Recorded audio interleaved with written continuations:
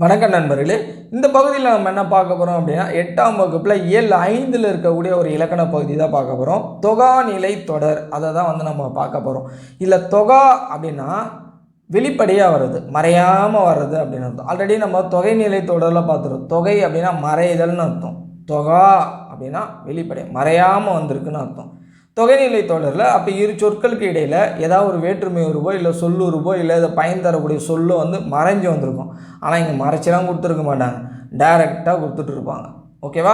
இப்போ அதை தான் நம்ம என்ன அப்படின்றத பார்க்க போகிறோம்.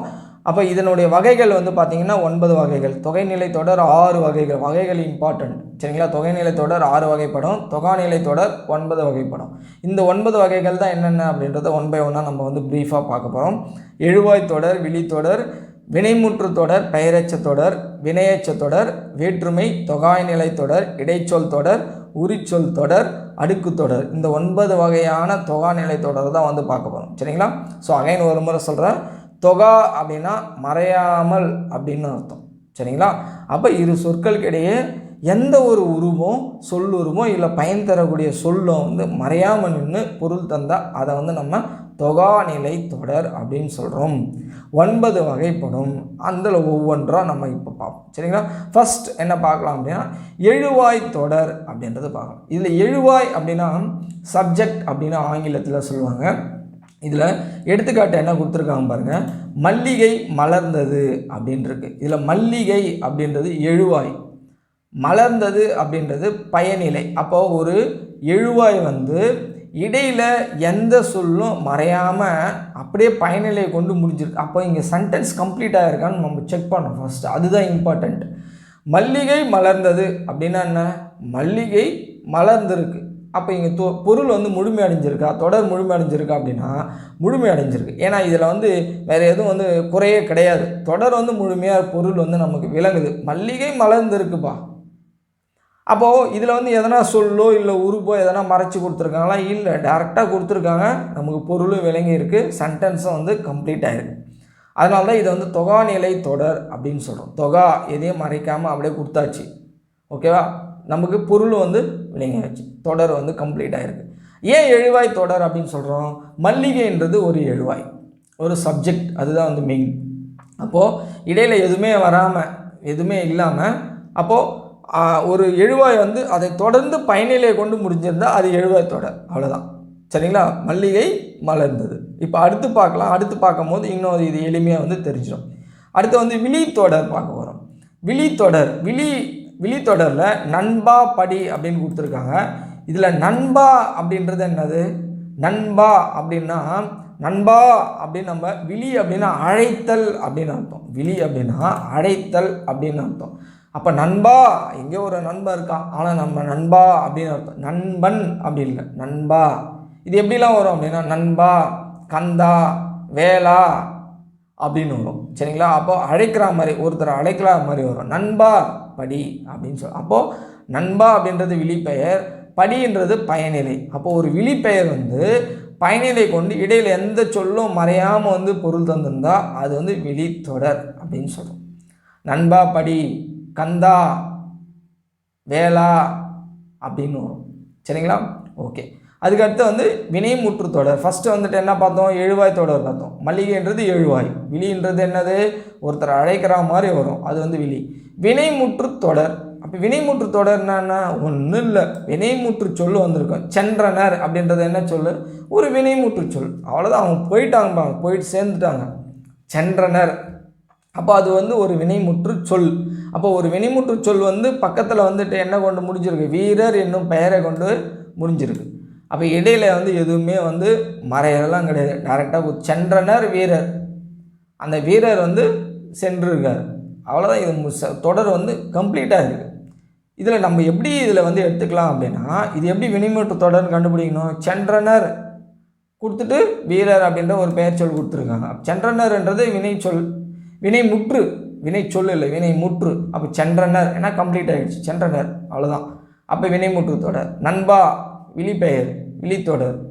மல்லிகை, மல்லிகை மலர்ந்தது, மல்லிகைன்றது எழுவாய் சப்ஜெக்ட், அப்போ எழுவாய் தொடர், அவ்வளோதான், ஓகேங்களா? அதுக்கடுத்து பெயரெச்ச தொடர். வரைந்த ஓவியம் இது வந்து ஷார்ட்கட்டாக ஒரு சிலர் சொல்லுவாங்க ஆளை முடிஞ்சிச்சு. இப்போ இந்த இத்தை வந்து நம்ம பிரித்தோம் அப்படின்னா இந்த தாவை பிரித்தோம் அப்படின்னா எப்படி பிரிக்கலாம்? இத்து கூட்டல் ஆவா வந்து வரும். தாவை பிரித்தோம் அப்படின்னா எப்படி வரும்? இத்து கூட்டல் ஆவா வரும். இதில் லாஸ்ட் வந்துட்டு என்னது? ஆ அப்படின்றது வந்துட்டு மறைஞ்சு வந்திருக்கு. சரிங்களா?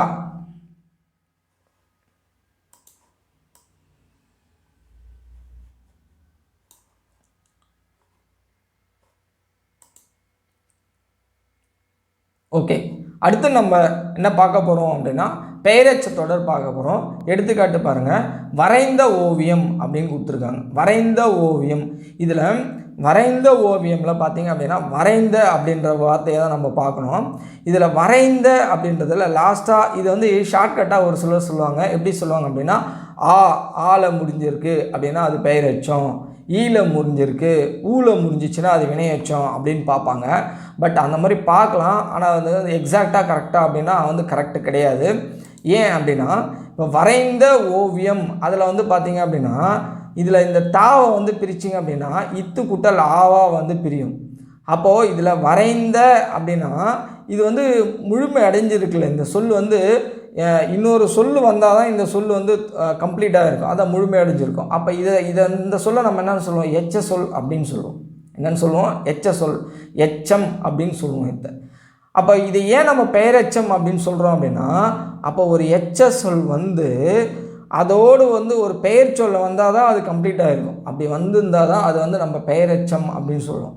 இப்போ இங்கே பாருங்கள், வினையச்சத்தில் பாருங்க, தேடி பார்த்தான் அப்படின்னு இருக்குது. இதில் இருக்குது டீயை வந்து நம்ம பிரித்தோம் அப்படின்னா இட்டு கூட்டால் ஈயா பிரியும். அப்போ இங்கே ஈ தான் முடிஞ்சிருக்கு.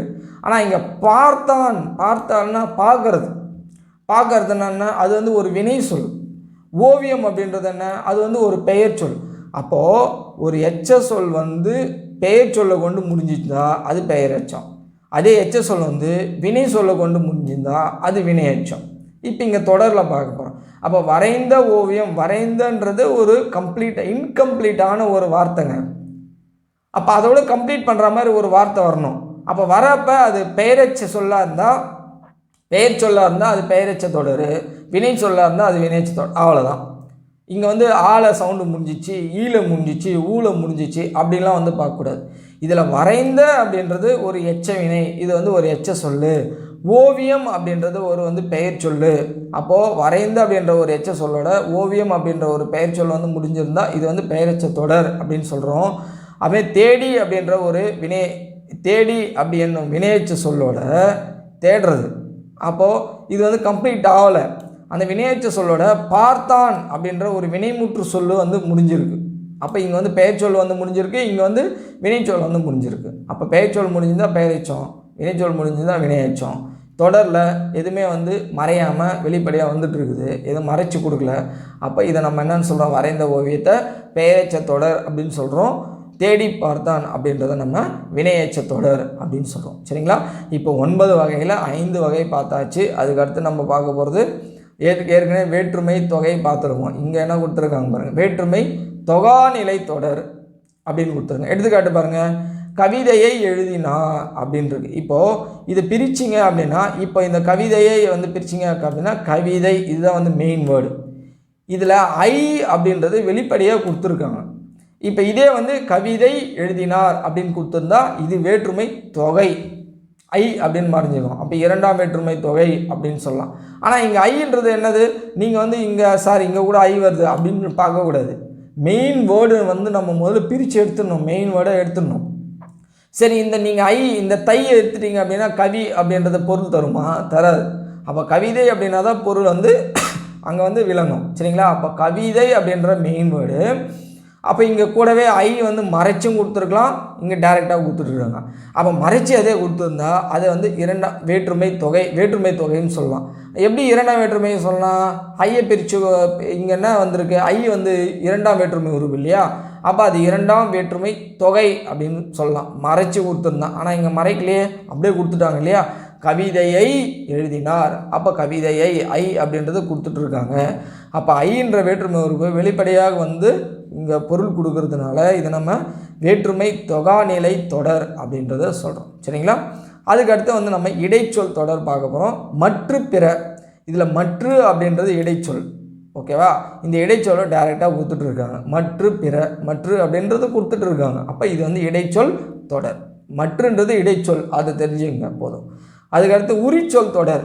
உரிச்சொல்னா என்ன? சாலவும் நன்று அப்படின்றது. இதில் வந்து சால அப்படின்றத நம்ம வந்து உரிச்சொல் அப்படின்னு சொல்லுவோம். இதில் உரிச்சொல் வந்து டைரெக்டாக வந்து கொடுத்துட்ருக்காங்க. எப்போவுமே இது வந்து பார்த்தீங்க, உரிச்சொல்ன்றது என்னது? ஆல்ரெடி கொடுத்துருக்க ஒரு சொல்லை வந்து எக்ஸ்ட்ராவாக அதை பில்டப் பண்ணி சொல்கிற மாதிரி இருக்கும். அதுதான் வந்து உரிச்சொல். நன்று அப்படின்னு சொன்னாவே போதுமானது. ஓகே, நல்லா இருக்குப்பா அப்படின்னு சொல்லலாம். சாலவும் நன்று அப்படின்னா சாலவும் நன்னா மிகவும் நன்று, ரொம்ப சிறப்பாக இருக்கு அப்படின்றது சொல்கிறோம் இல்லையா? அந்த மாதிரி. அப்போ சாலன்றது வந்து உரிச்சொல். அப்போ அந்த உரிச்சொல் வந்து நமக்கு டேரெக்டாக வந்து கொடுத்துருக்காங்க. அப்போ சாலவும் நன்று உரிச்சொல் வந்து டேரெக்டாக வந்து கொடுத்துருக்கிறதுனால இதை வந்து நம்ம என்னென்னு சொல்கிறோம் அப்படின்னா உரிச்சொல் தொடர். மற்றுன்றது இடைச்சொல், சால அப்படின்றது உரிச்சொல். இதை ரெண்டுதும் ஞாபகம் வச்சுங்க. சரிங்களா? அதை ஞாபகம் வச்சோம் அப்படின்னா இதில் வந்து நம்ம என்ன பண்ணிடலாம்? ஆன்சர் பண்ணிடலாம். ஓகேவா? அதுக்கடுத்து வந்து அடுக்கு தொடர். அடுக்கு தொடர்னா என்ன? ஏற்கனவே இரட்டை கிளவி அடுக்கு தொடர் அப்படின்றது போன வகுப்பில் வந்து பார்த்துருப்போம். அடுக்கு தொடர்னா என்ன அப்படின்னா ஒரே மாதிரியான சொற்கள் வந்து தொடர்ந்து வரும். இரண்டும் வரலாம், இல்லை இரண்டுக்கு மேற்பட்ட சொற்கள் வரலாம். ஆனால் அது தனித்தனியாக வரும், ஒன்றா வராது. சலசல பல பல அப்படின்ற அதில் சலசல பல பலலாம் சலன்றது ஒன்றா தான் இருக்குது. ஆனால் அது ஒன்றா இருக்குது, அது பிரிக்க முடியாது. ஆனால் இது நன்றுன்றது பார்த்திங்க அப்படின்னா பிரிக்க முடியுது. புரியுதுங்களா சொல்கிறது? சல பல பல அப்படின்னு வரும். அதெல்லாம் வந்து பார்த்திங்கன்னா இரட்டை கிளவி. ஏன்னா ரெண்டு தான் வரும். சல ரெண்டு வரும். அதேமாதிரி ஒன்றா வரும், கேப் இருக்காது, பிரித்த பொருளும் தராது அதுக்கு. அதே நன்றுன்றதை பார்த்திங்க அப்படின்னா ரெண்டுமே வார்த்தை ஒன்றா தான் இருக்குது. இங்கே நன்றுன்னு தான் இருக்குது. ஆனால் இது பிரித்தா பொருள் தரும். புரியுதுங்களா சொல்கிறது? இதை தான் வந்து அடுக்கு தொடர்னு அப்படின்னு சொல்கிறோம். அப்போ இதில் ஒரே சொல் பல முறை அடிக்க வந்துள்ளதை இதை வந்து நம்ம என்னென்னு சொல்கிறோம் அப்படின்னா அடுக்கு தொடர் அப்படின்னு சொல்கிறோம். சரிங்களா? ஸோ இப்போ என்ன பார்த்துருக்கோம்? நம்ம தொகாநிலை தொடர் பார்த்துருக்கோம். ஸோ தொகா அப்படின்னா மறையாமல் அப்படியே டைரெக்டாக வந்திருக்கு. எத்தனை வகை? 9 வகை. அந்த 9 வகைன்னா 7 வேலை பாரு. இங்கே ஷார்ட்டாக சொல்கிறோம். 7 வேலை என்னது? சப்ஜெக்ட் மறைஞ்ச மல்லிகை, விழினா என்ன? நண்பா, கந்தா, வேளா. வினைமுற்றுனா என்ன? ஒரு வினைமுற்று சொல் தொடர்ந்து ஒரு சொல் வந்துருக்கும், அவ்வளோதான். சென்றனர் வீரர் பார்த்தோம். பெயரெச்சத்தில் என்ன பார்த்தோம்? வரைந்த ஓவியம் பார்த்தோம். வரைந்த ஒரு எச்ச சொல் கூட பெயர் சொல் கொண்டு முடிஞ்சிருக்கும். வினையச்சத்தில் என்ன பார்த்தோம்? தேடி பார்த்தான்னு பார்த்துருப்போம். தேடின்றது ஒரு வினையச்ச சொல், கூடவே ஒரு வினைமுற்று சொல் வந்து முடிஞ்சிருக்கும். வேற்றுமை தொகை கவிதையை எழுதினார். இடைச்சொல் மற்று பிற. உரிச்சொல்ல பார்த்தோம். உரிச்சொல்ல என்ன பார்த்தோம்? சாலவும் நன்று. அடுக்கு தொடரில் நன்று பார்த்தோம். சரிங்களா? மெயினாக இலக்கணம் பொறுத்த வரைக்கும் உங்களுக்கு வந்து இலக்கண குறிப்பில் என்ன கேட்பாங்க அப்படின்னா எடுத்துக்காட்டு கொடுத்து தான் கேட்பாங்க. ஸோ அந்த எடுத்துக்காட்டு இந்த மாதிரி டாபிக் வச்சு நீங்கள் அந்த மாதிரி கெஸ் பண்ணி நீங்கள் பார்த்துட்டீங்க அப்படின்னா, இப்போ நம்ம கிளாஸ் எடுத்துருக்கோம், இதை வச்சு நம்ம இப்போ 7 தொடராக அப்போ இந்த எடுத்துக்காட்டு கொடுத்துருக்காங்க. அதே மாதிரி நியூ புக்கில் என்ன எடுத்துக்காட்டு கொடுத்துருக்காங்க, ஓல்டு புக்கில் என்ன எடுத்துக்காட்டு கொடுத்துருக்காங்க, அந்த எடுத்துக்காட்டுகளை வரைக்கும் நம்ம தனியாக பார்த்துட்டோம் அப்படின்னா நமக்கு எளிமையாக இருக்கும். சரிங்களா? அவ்வளோதான். சிஸ்டம் ஷட் டவுன் ஆகிடுச்சு. ஸோ ஓகே, நம்ம வந்து அதுக்கு அடுத்து வந்து பார்த்திங்க அப்படின்னா அடுத்த இயல் வந்து நம்ம அடுத்த வீடியோவில் பார்க்கலாம். சரிங்களா? நன்றி.